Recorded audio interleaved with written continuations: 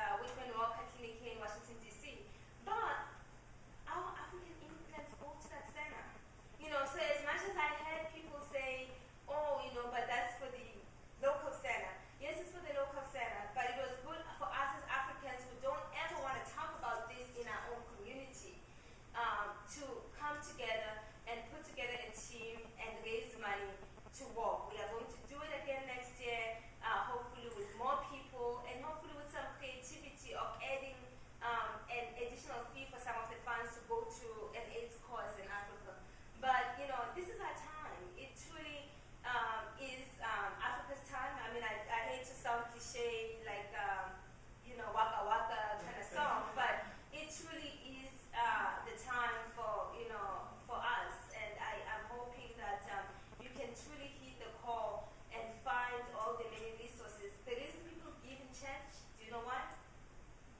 Yes, they said too much is given, much is expected, but people give in church because the pastor asks and asks and asks and asks throughout the sermon. And we have to just really stop being shy about it. We have a need, we can ask, but also we also can give.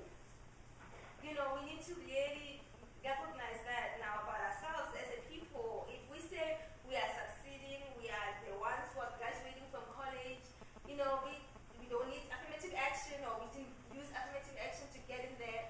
Let's make sure that that actually shows in how we also play in the giving side, because politically, honestly, I'll be very honest with you, politically, that makes a big difference. When you're talking about congressional folks and being a constituent group, they essentially do look at the fact that, what also is the potential of getting some support from that group. So, we have to build our own, and we have to fund and finance our own. Thank you.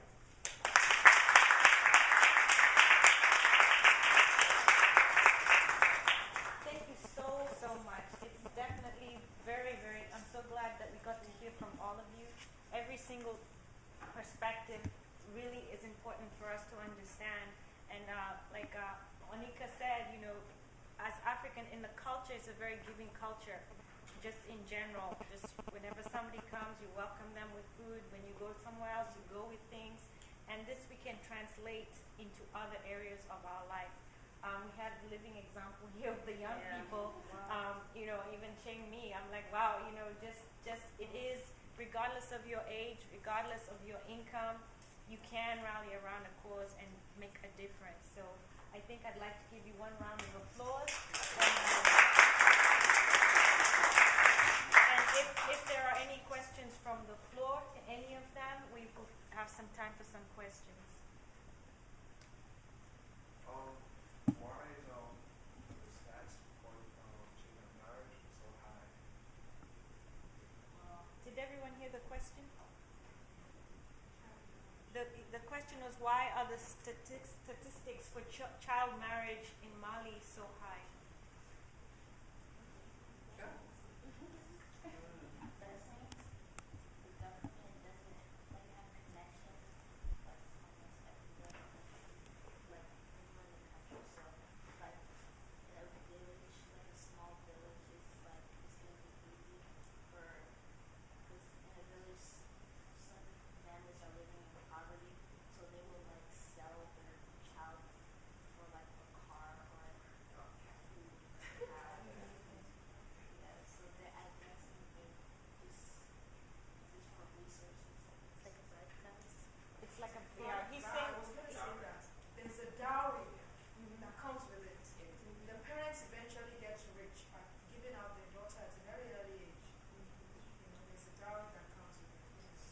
So maybe it's economic reasons, but I think, is there another reason someone may have? Well, I think also the prejudice and discrimination against girls, that they aren't valued, they're seen more as property, but it's really just a long-term tradition.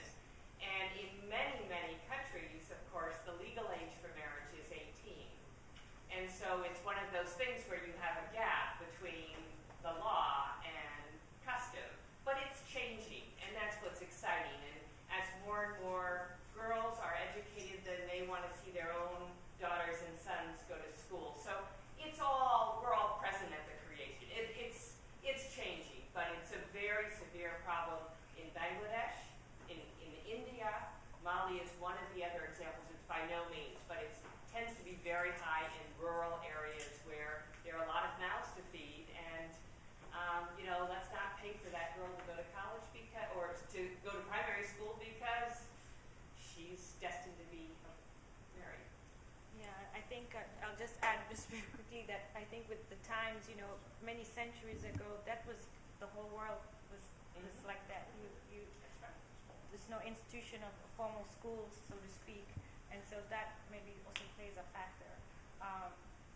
think, Freddie, did you follow up on that question? I was just wondering, like, do you think, like, educating the parents, because everything's coming from the parents, so educating the parents might already, like, lowering that stats, because that's, like, the biggest thing. I feel like, you should not only send those girls to school, but also educate the parent, and might have, like, a big impact on it. Absolutely, and we'll pass that on to our sister chapter in Bamako. Thank you. I just wanted to add to the course you're doing. I was involved in something similar back in Nigeria as the Association of Professional Women Engineers. We found that there were a lot of untapped resources amongst women, young girls. They were bright, they were intelligent, but they couldn't express themselves because once the opportunity was not there, two, maybe poverty, and there were so many like that. And I grew up in a home where we had domestic helps, and I don't say one help, maybe 2 or 3 girls living, looking after us.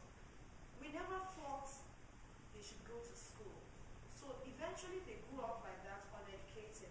But by the time I knew better and I was bringing up my children, I now started saying, okay, these ones need to go to school. Because they send you domestic helps. They say, okay, their parents are poor, they're here to look after you, to do whatever, for you. But it occurred to me that these ones, they have a future somewhere there, but it's locked up in us, helping them. But we are the ones that can release them. So I started this thing called Return to School, RTS. We call it RTS, the Association of Professional Women Engineers, where we went to the marketplaces and we told the girls, you want to go to school? Ah, yes, yes, yes. And you saw 15-year-olds, 16-year-olds starting school for the first time, writing and all that. And it was really, really good. It was encouraging. And then there was another part of this program we called Catch Them Young. We wanted to introduce girls to the sciences because there's this mentality